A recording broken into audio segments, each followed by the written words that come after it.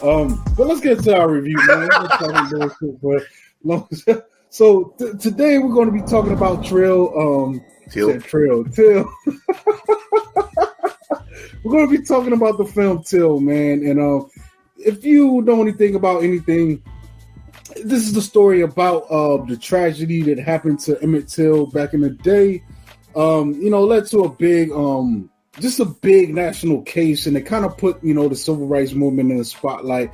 But, Emmett Till was essentially lynched in 1955. So this is a story of Mamie Till-Mobley's relentless pursuit of justice for her 14-year-old son, Emmett Till, who was brutally lynched in 1955 while visiting his cousins in Mississippi. And I think Emmett Till was from Chicago. That's where that family was from. Yes. So this film is directed by Chinonye Chukwu, and I feel like there's another movie that this person has done that we've talked about before. Let me look at her filmography. So where is she from? Actually, that's kind of also. Oh, she's from Nigeria. That's cool, okay. Man. She was born in Nigeria. Short films. She got a short film list. And feature films. Oh, she did Clemency with Alfre Woodard in 2019, and then Till this year. So these are her two features, full-length films. Yeah, full-length and features. So that's pretty cool, man. And she also did a episode of Sorry for Your Loss. I will say that she did a good job on this film, bro. In our cast, we've got Danielle Deadweiler, who plays Mamie Till-Mobley, Emmett Till's mom. We got Jalen Hall, who plays Emmett Till. We get Whoopi Goldberg, Haley Bennett, who plays Carolyn Bryant, the woman who accuses Emmett Till of whistling at her, and which led to the lynching.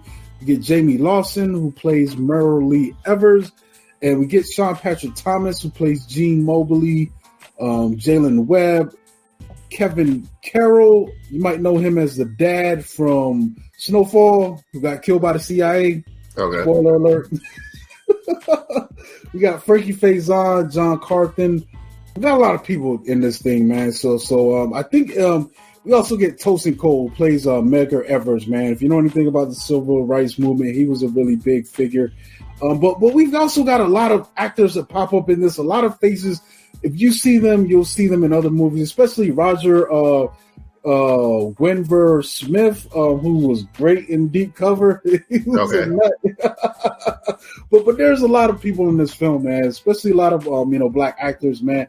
I mean, if you know anything about the story, basically Emmett Till's from Chicago, and we kind of, it's weird because I think even we were watching what was that, Lovecraft Country. Yeah. There was an episode where they kind of introduce his character on that show. But what's wild about it, so basically he's from Chicago. He gets sent down, to hang out with his folks in Mississippi, and he gets into it at a local store. There's a convenience store that's locally, apparently it's white owners, but this part of town is mostly black people, yeah. So they are mostly the patrons there. And before he leaves town, man, we get that scene where his mom tells him like, yo, it's not like, up down there, it's not like Chicago. You got to be a little bit more careful, step a little lightly, and whatever. And we really don't know what happened in the store at the time. I mean, there's various accounts. There's also the account that the woman in the store put out in court, but later recanted in life. Basically, from what I understand, it happened. Whatever happened, he goes in the store by himself. He buys some candy. Allegedly, it's said that he whistled at this woman or whatever. And, at least that's what's understood. That's the main story that we know. He whistled at her. He thought she was cute or attractive. And he's 14 years old. And, he's just bumping around in life a little bit. Just something that's not... Like if I did that today, it's going to be goofy, but it's not going to end up with me getting killed. Yeah. But this is how this town was operating, man. And basically... One of the things, though, is like back then, he wasn't really supposed to give eye contact.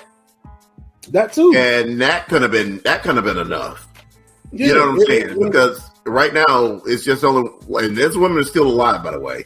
There's only one person that's around that was in that store to know what the truth was. Yeah, and it was Emmett and her. That was the only people we know that were in the store. But at least the way the movie shows it, he goes in the store, he buys his candy. He says, "Oh, you look like a movie star," and he pulls like a picture that was in his wallet. That was kind of weird. I don't know how accurate that is, but he leaves the store and she follows him out for whatever reason, and he whistles at her, and then it's a kind of a weird moment the way it's depicted in this film because everyone that's with them, that's around him, is basically they're all hanging around the store. They're taking a break or whatever, or whatever. But then it goes dead silent, and she starts making a move toward her car. Yes, her car. And they're like, "Oh, she's going to get her gun," and everyone just scrambles. They leave. They're like, "Oh shit!" And you know what it reminded me of? You ever seen Juice when old man Quillis when he got his gun because they was causing a ruckus? Like, oh shit, everybody just runs, and then the next day you're back at old man Quillis' store. Nothing really, no harm foul until you fuck up again and them mad again. But for whatever reason, this was deeper than that. And I got a feeling that the other characters knew that. And I mean, it's wild, man. Someone should have probably went in the store with him, but and even you see one of the characters have the hindsight. Yo, go check on Emmett. Go in there and he sends the little boy in, and the boy grabs him out. But by then, he's already talked to this woman, which is probably more than what he should have done. You go in there, you buy what you need to buy, and you leave. That's it. Yeah. That ends it. Then these people come in at the night, and they take him, they kidnap him, and basically they just beat him to death, dude. Yeah. And throw his body away, and then that leads to where we are now. But the movie goes through all the details of that, even her going up to the trial. And I thought this thing was great, man. Like it is a tough watch, tough subject matter, but I don't know, man. I'm not as so sensitive to this stuff as some people get. I definitely am one that does love these accounts and these stories. So I feel like knowing about them just makes the understanding of all this stuff even better. And you also kind of see how stupid some of this stuff was, man. I mean, it is how backwards life was back then. Racism still exists, but it hadn't really went anywhere. But at the same time, it was tough. I know it was tougher, way tougher for people back then. Mm-hmm. Yeah, man. People of color. And we get scenes that depict that, man. I don't think I really can spoil this movie. This story has been it's out there, man. Especially recently, things have been touching on it, but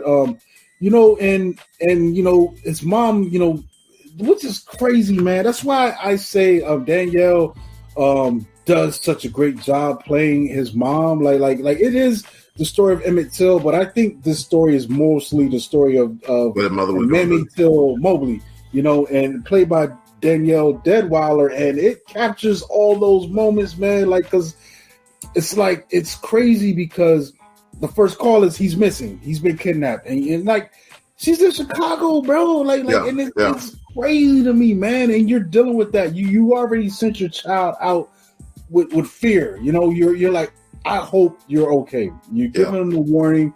And then the thing that you fear most actually happens, man. And then, you get another call. We found his body. And it's just those were the hardest moments of the film for me. I think me feeling for her as a mother to this child, man, hit me the hardest, dude. Yeah. And she conveys that in such a way where you're like, man, I'm like I said, I'm airing Oscars right now. Unless I see something else that's going to change my mind. I haven't seen everything this year, but one of the things that kind of touched me real heavy is you knew what was going to happen to him, and he was just, in the beginning of the film, he's just being a kid. Yeah, and it just seems so sad, when you kind of put all that in perspective. Yeah, and the kid that played Emmett Till, he did a good job. Yeah, he's good, man. He's good. His name was Jalen Hall. Jalen Hall. Yeah, he's good. Yeah. Yeah, this is playing a kid. And you realize this kid was 14 when this happened, dude. At 14 years old, what the hell was I doing? I was an idiot. Yeah. So it's like, and that's the thing that kind of messes me up. There's a scene later when this thing goes to trial, and there's a bunch of white kids in front of the courthouse, and they just start shooting his cap gun. And I'm just like, wow, like what a difference. Like yeah, what if those were little black kids doing the same thing? Like how would, you know what I'm saying? Yeah. But then it's just like you just gotta deal with it and brush it off. And then like, and the thing about it, there's a couple of real scenes that really hit me hard, especially she goes back, like there's a trial date, and the first initial trial date gets delayed because the defense, they say we got an extra witness, so judge delays it to the next day. And she's like, take me to Money, which is the town where this took place, and she goes to visit her folks that she sent Till to live with. And there's a really touching scene where she sees the boys that were with Till that day, and they're like, we're sorry, and she's like, you don't worry about it, you don't know what happened. But at the same time, she sees the shotgun sitting on the wall. Yeah, and in the house. That's crazy. Because then she goes to their father's like, yo, why didn't you go all out to protect him? And at the same time, you realize, like, he's like, I did what I could. It's like, if I did what you wanted me to do, it's going to be more of us dead than Emmett. Yeah, you know, yeah. And that's just sad that what these people, how that situation was. Yeah, man. Yeah, and you see the circus of the court trial, man, and like it's, I don't know, man. This it, man. It in a way that's just like, wow, bro, wow, you know. Yeah. But I thought it was a pretty good film, man. Anything else about it stands out to you? No, other than it being real well directed and real well acted out. I really, like you said, it's going to be recognized in Oscar, during during Oscar season. Yeah, I think it's going to be recognized one way or another because all of this cast was great, man, and I think it does show a good job of what was going on at the time, man. Because even Medgar Evers, he's one of the guys that's just kind of guiding her along and takes her on. Yeah, the escorts around the town or whatever, he's driving for him, when he mentioned who he was, I kind of teared up in that, just thinking about what that. happened to him, when the film ends, it's one of those films that ends and they give you the little text of what happened after this, man. Because I mean, it honestly, man, it's messed up. She didn't get justice for Emmett. She even rolls out of court, man. Yo, it was so. That's the part that messed me up, man. When the woman that accused him goes up and takes the stand, and she's giving her account of what happened, and you're like, no, like she's basically acting like this 14-year-old had her like bent over down and all that, yeah. And even implying that this 14-year-old kid who doesn't know anything has had sexual relations in his life. I'm like, dude, man, like I understood why she walked out of the courtroom and she said, I'm not going to get justice here today. And, and eventually, I think she passed away in, 2003? Yeah. The film says. But she spent the rest of her life, educating children and being a civil rights advocate. And I think just recently, we actually got an anti-lynching law. That was this year. That's this year. This year. Okay. Yeah. And even that to me is kind of just like it's on the surface one thing, but like to me, a murder is a murder. Yeah. Like like you can put more penalty on it, but like that's like it's I don't know, man. It's one of the things that it makes you mad, but also as a film watcher, man, I know we get criticism, especially coming from Black people that they're tired of seeing Black trauma and stuff like this depicted on film. But for me, I feel like stuff like this needs to happen. Yeah, you gotta see this, man. I feel like it's dismissive to the people who actually went through it, where you can't even just like one of the most powerful scenes to me also as well was when the funeral and bless her heart, man. Like it's like I'm trying to like dude, like I watched this, and one of the things about this film is does a good job of making you feel what these people are going through. I'm looking at this woman walk up like that was a powerful scene because the woman who's the wife of the family that she sent them with down to Mississippi, she comes up and she's immediately apologetic, like I'm sorry, and I'm like, it's not your fault, man. Y'all didn't kill this boy, man. Them people did, So and she's like, I can't look at him, and she's like, we got to, and I'm just like, dude, man, there was some acting going on in this part. I was like, whoo, like, yeah, man, dude, it hits where it needs to hit, and it's making the the statement that it needs to make, man. But it's just like, you're just like, wow, like, you know, this is so messed up. But at the same time, we're still in 2022. I mean, it's not so bad, but there are things going on out here among similar lines, man. It's just messed up, dude. Like, at the base level, man, humans are humans, man. Everybody's a person. Everybody has their rights, and everybody should be treated with respect, man. Like this was crazy, dude. When you just seeing what this circus that went on at that time, man. Yeah, that trial was a pure joke. It, you know, I don't know. Yeah, and like I said, man, I applaud her, man. Like that was crazy, man. And the way it's depicted, like you see this woman broken, like when she goes to view the body, and you're just like, dude. But then, you know, she goes through her rounds, like, whew, man, you know what? Frank Miller's could be a great writer sometime, man. It just reminded me of that moment in Sin City when the woman gets her arm cut off, and she has I don't know if that was the first one or the second one. I think it might have been the first one. And then he's like, I forgot what the line was. It was like, God bless a woman.